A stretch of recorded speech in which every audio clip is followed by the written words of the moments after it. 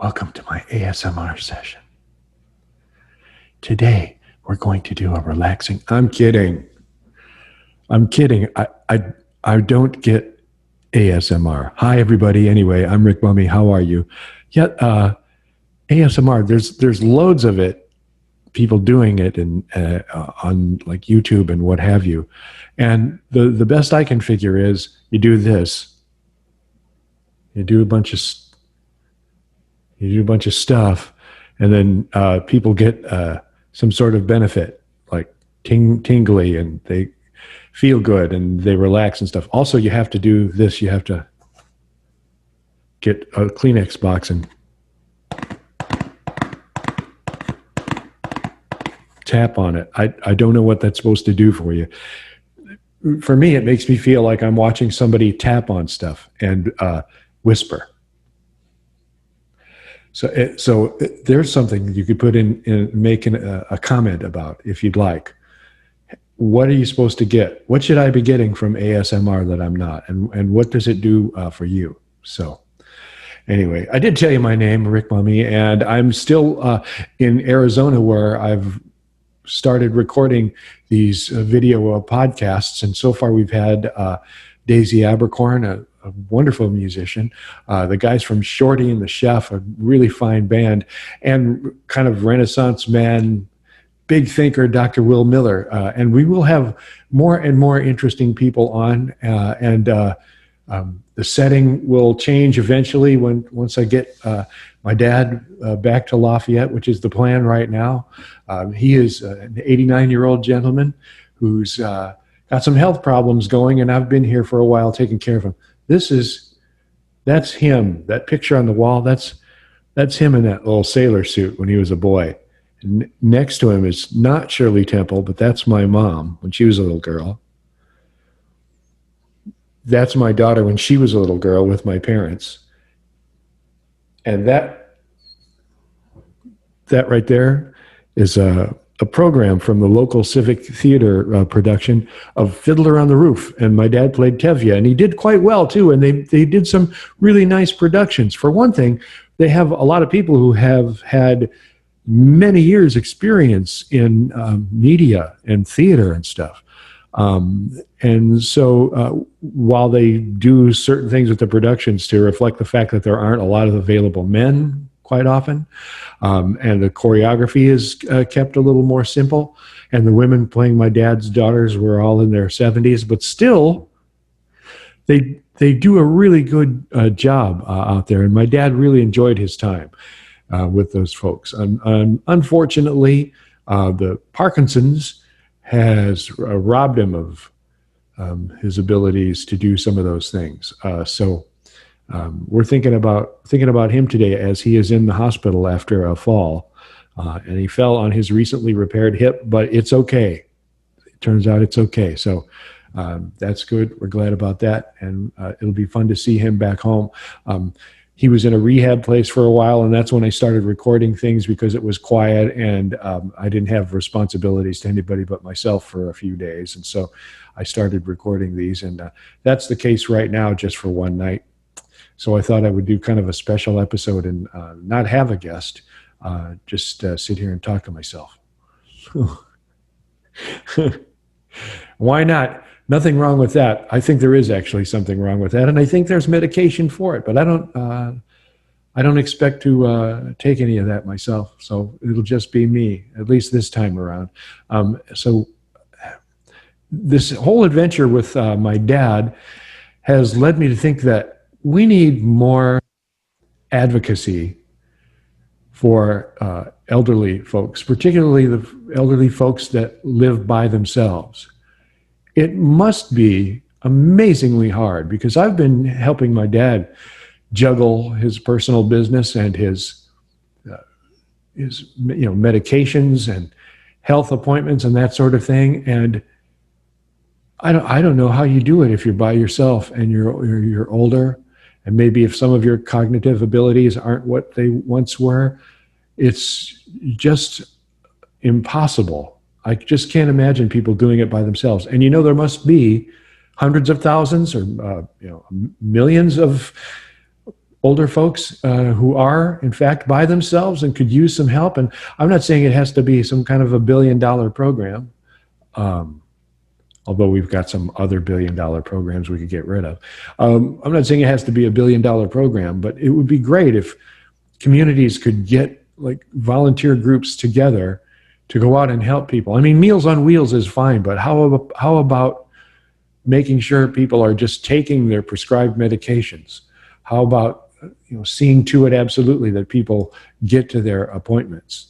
My dad has had a slew of people come to his home to help him out: occupational therapy, and physical therapy, and a home nurse, and somebody else who comes and does blood work on him every so often. And it's a lot of stuff, and people coming and going. And at some point, you must get to where people just show up, and they could be anyone, and walk you up and down the hall a bunch of times. So it's just really brought home to me how difficult it's got to be on some people, and how it could possibly be made easier with the efforts of those of us who kind of understand their plight and would like to do something about it. So that's just a little seed of a thought. If that inspires you to do something or put something together in your community, wherever you live, that would be awesome. And I think the elderly folks would appreciate it, at least, the ones that are capable of appreciation.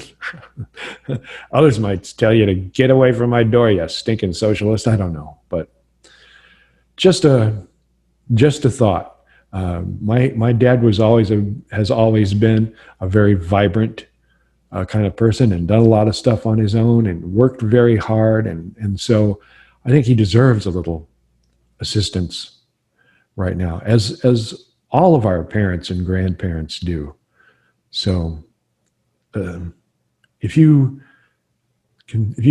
come up with an idea of something you'd like to do to help older folks in your community out, feel free to hit me up in the comments, or message me or whatever on Facebook or something like that, and get a hold of me. And I would like to pass that along and do whatever I can to help you advertise your efforts if you're doing something like that. So just a brief thought about helping out the older folks, because at one time they were that. So give them a hand. The only other kind of thought I wanted to touch on a little bit was political conventions. And I've only watched like YouTube clips from both the Democratic and the Republican convention. And I think some more Republican convention goes on tonight, because he can feel the crackle of excitement in the air from it.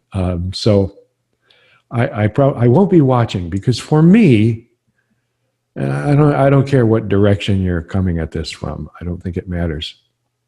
For me, the political conventions are like food photography. A really good photographer can take a really mediocre hamburger and make it look like just the best thing in the world, something that you just start salivating and jonesing to go get one.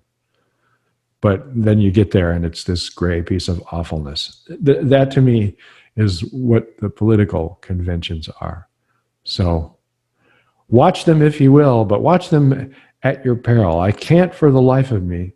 And I'm not an advocate for Bill Maher, nor am I a detractor, but I did hear him talk about the fact that both parties seem to be putting out this attitude that if the other person wins, we're all going to die.